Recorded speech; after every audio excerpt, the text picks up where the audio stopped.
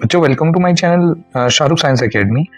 मैं आज की वीडियो जो बना रहा हूँ वो इस सिलसिले में बना रहा हूँ कि बच्चे ना बहुत सारे मिस्टेक्स करके आते हैं अपने साइंस के पेपर में। तो मैं सेक्शन वाइज आप लोगों को थोड़ी थोड़ी जो मिस्टेक्स, जो कॉमन मिस्टेक हैं, जो जनरली बच्चे करते हैं और उनका मालूम भी नहीं होता उन लोगों को, तो ऐसी कुछ मिस्टेक्स मैं आपसे सेक्शन वाइज डिस्कस करने वाला हूँ यहाँ पर।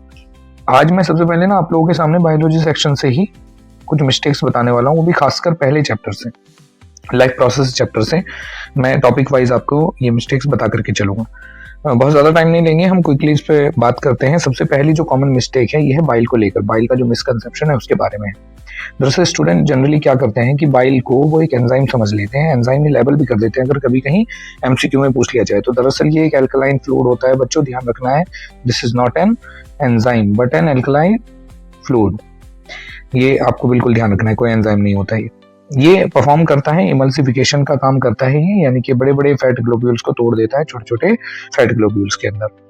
पहली मिस्टेक क्लियर है। दूसरी मिस्टेक हमारी जो कॉमनली करते हैं बच्चे वो है पेप्सिन और ट्रिप्सिन के बीच में कंफ्यूजन रहता है उनको। तो दरअसल इनका जो वर्किंग मीडियम होता है ना वो डिफरेंट होता है। पेप्सिन का जो वर्किंग मीडियम होता है वो एसिडिक मीडियम में काम करता है, जो ट्रिप्सिन का वर्किंग मीडियम होता है वो बेसिक पीएच के अंदर काम कर रहा होता है। और एक और चीज याद रखेंगे, पेप्सिन हमारे स्टमक के अंदर होता है और ट्रिप्सिन हमारी स्मॉल इंटेस्टाइन में आता है पैनक्रियाटिक जूस के माध्यम से। यहाँ पर नेक्स्ट हम लोग बात करेंगे फटाफट नंबर 3, जो विली का जो फंक्शन होता है। विलाई भी पढ़ते हैं, विली भी पढ़ते हैं। विली का जो फंक्शन है, बहुत सारे लोग ये भूल जाते हैं कि ये जो विली होती है वो सिर्फ फिल्टर ही नहीं करती चीज़ों को, मतलब जो न्यूट्रिएंट है उनको, बल्कि इंक्रीज भी करती है सरफेस एरिया ताकि रैपिडली एब्जॉर्ब हो सके स्मॉल इंटेस्टाइन के अंदर हमारा फूड, डाइजेस्टेड फूड मटेरियल। तो यानी कि ब्लड के अंदर न्यूट्रिएंट फिल्टर तो करती है, उसके साथ साथ ये सरफेस एरिया को भी बढ़ाती है हमारी स्मॉल इंटेस्टाइन के। क्विकली बात करते हुए आगे बढ़ते हैं नेक्स्ट। एक क्विक व्यू के लिए मैंने एक डायग्राम यहाँ पर लगा दिया, आप लोग यहाँ पर इसको स्टडी कर सकते हैं, देख सकते हैं क्या क्या चीजें हमारे डाइजेस्टिव सिस्टम के अंदर देखी जाती है। माउथ से आप स्टार्ट कर सकते हैं। ये 3 आपकी जो है ग्लैंड्स मैंने यहाँ दिखा दिए, जो सलाइवरी ग्लैंड्स हैं। इसके बाद माउथ कैविटी, यहाँ से जो फूड है वो इसोफेगस के थ्रू होकर के स्टमक के अंदर पहुंचता है और स्टमक का सीधा सीधा कनेक्शन आगे यहाँ इस छोटी आंत यानी कि स्मॉल इंटेस्टाइन से होता है। इसके चारों तरफ ये लार्ज इंटेस्टाइन है जिसका कनेक्शन आगे यहाँ रेक्टम से है। रेक्टम के बाद ये एनस है, एनस के थ्रू जो अनडाइजेस्टेड फूड होता है वो बाहर आ जाता है।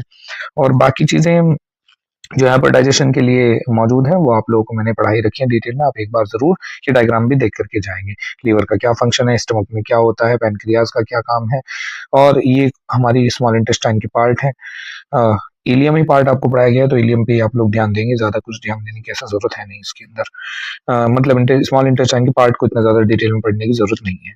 नेक्स्ट आगे हम लोग बढ़ते हैं।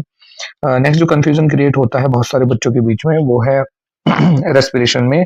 सबसे पहला ब्रीदिंग वर्सेस रेस्पिरेशन को लेकर, दोनों ही बहुत ही अलग अलग टर्म है, ध्यान देंगे आप इस बात पर। ब्रीदिंग जो है हमारी वो फिजिकल टर्म होती है, बिल्कुल ना भूलें इस चीज को, और जो रेस्पिरेशन है वो हमारी केमिकल टर्मिनोलॉजी में आता है, ये केमिकल प्रोसेस होता है, ठीक है।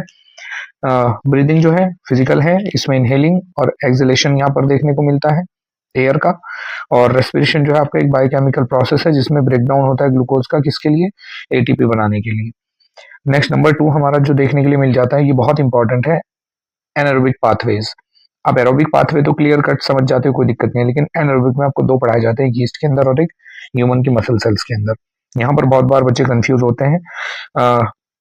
ध्यान रखना है, यीस्ट के अंदर इथेनॉल बनता है, कार्बन डाइऑक्साइड और एनर्जी रिलीज होती है।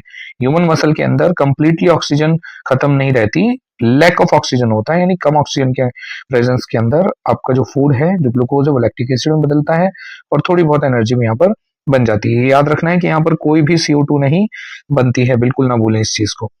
एटीपी यूनिट्स को लिखना भूल जाते हैं कभी कभी जब हम डिटेल आंसर कर रहे होते हैं, तो याद रखना है एटीपी को जरूर मेंशन करना है, बताना है इस तरह का अगर डिटेल 2 या 3 नंबर में क्वेश्चन आता है कि ये एनर्जी करेंसी होता है सेल की। एडिनोसिन ट्राइफॉस्फेट इसका फुल फॉर्म होता है। नेक्स्ट हम लोग आगे बढ़ेंगे। तो बच्चों आगे ट्रांसपोर्टेशन के अंदर क्या कॉमन मिस्टेक बच्चे कर सकते हैं, क्या कंफ्यूजन क्रिएट हो सकती है वहां पर। सबसे पहली सबसे मेजर कंफ्यूजन होती है आर्टरी और वेन्स को लेकर के। यहाँ पर एक्सेप्शन को भूल जाते हैं बच्चे। करते क्या है कि लिख देते हैं कि आर्टरीज हमेशा कैरी करती हैं ऑक्सीजनेटेड ब्लड को, जबकि ऐसा नहीं है। एक फैक्ट ये है कि पल्मोनरी आर्टरी आपका डीऑक्सीजनेटेड ब्लड को कैरी करती है, कहां पर, लंग्स की तरफ, हार्ट से। तो ये बात आपको ध्यान रखनी होगी, सभी आर्टरी ऑक्सीजनेटेड ब्लड को कैरी नहीं करती, पल्मोनरी आर्टरी डीऑक्सीजनेटेड ब्लड को कैरी करती है। डायरेक्शन ऑफ फ्लो की अगर हम बात करें तो यहाँ कंफ्यूजन रहता है। फ्लो बिल्कुल याद रखना है, एट्रिया के अंदर जब भी एट्रिया का नाम लेंगे, रिसीविंग चैम्बर्स होते हैं, ब्लड को रिसीव कर रहे होते हैं, और जो वेंट्रिकल्स होते हैं ब्लड को हार्ट से बाहर की तरफ पंप कर रहे होते हैं। डबल सर्कुलेशन के अंदर यहाँ पर भी गड़बड़ करते हैं बहुत सारे बच्चे, वो एक्सप्लेन करना ही भूल जाते हैं कि एक्चुअल में ये क्यों दिया गया है, मैमल्स के अंदर ये क्यों है, ताकि ये सेपरेट कर सके ऑक्सीनेटेड और डीऑक्सीनेटेड ब्लड को, जो कि बहुत ही वाइटल होता है, यानी जीवन के लिए जरूरी है, ताकि हाई एनर्जी बनी रहे किसके अंदर, मैमल्स के और बर्ड्स के अंदर। ये इंपॉर्टेंट बहुत आता है ये क्वेश्चन, ध्यान रखें आप लोग, जरूर इसको अच्छे से करके जाएं।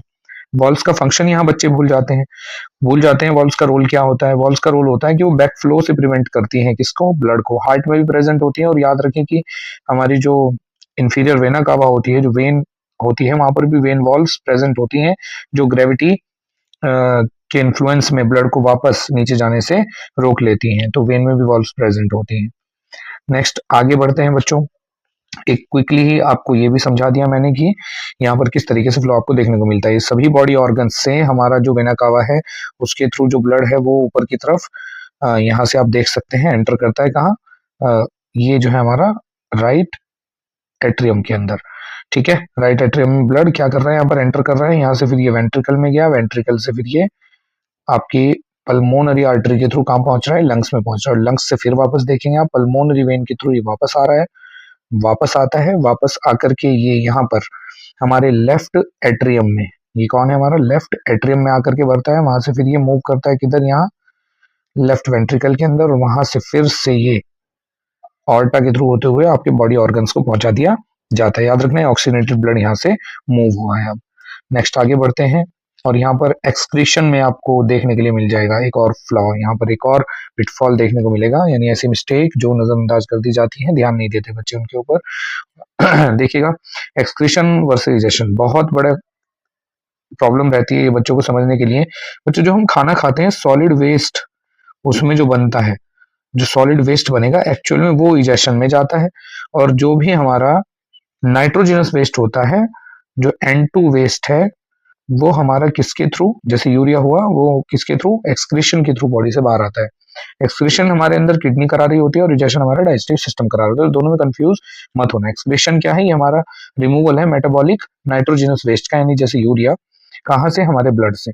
और रिजेक्शन है रिमूवल हमारा किस चीज का, अनडाइजेस्टेड फूड का, यानी स्टूल का, यानी पॉटी का। कहाँ से कहाँ से होता है, हमारी गट से होता है, गट लाइन से होता है। लार्ज इंटेस्टाइन्स में मदद करती है, रेक्टम और एनस भी आगे फर्दर इसको बाहर निकालने के लिए मदद करते हैं। नंबर 2 जो कंफ्यूजन रहता है नेफ्रॉन की फंक्शनिंग को लेकर के, ज्यादातर क्या करते हैं बच्चे जनरली, क्या चीज स्किप करते हैं, सिलेक्टिव रीअब्जॉर्प्शन बताना स्किप कर देते हैं। ग्लोमेरुलर फिल्ट्रेशन वो बता देते हैं, ग्लोमेरुलर फिल्ट्रेशन बता देंगे, लेकिन सिलेक्टिव रीअब्जॉर्प्शन को समझाना भूल जाएंगे, जो कि एक बहुत ही बड़ा प्रॉब्लमेटिक चीज बन जाता है आपके आंसर राइटिंग में, आंसर जब आप फ्रेम कर रहे होते हो। तो फैक्ट दरअसल ये है कि यूजफुल सब्सटेंसेस जैसे ग्लूकोज, अमीनो एसिड, सॉल्ट, ये भी कभी कभी ग्लोमेरुलस के थ्रू क्या हो जाते हैं, फिल्टर हो जाते हैं, तो इनको वापस रिब्जॉर्ब करना होता है, ब्लड में पहुंचाना होता है, और ये काम जो नेफ्रॉन का ट्यूबुलर पार्ट होता है वो ये बखूबी कर रहा होता है। तो इसको भी आप मेंशन करके आए, इसको सिलेक्टिव रीअब्जॉर्प्शन कहते हैं, सिलेक्टेड मटेरियल का रीअब्जॉर्प्शन करा देना वापस से ब्लड के अंदर।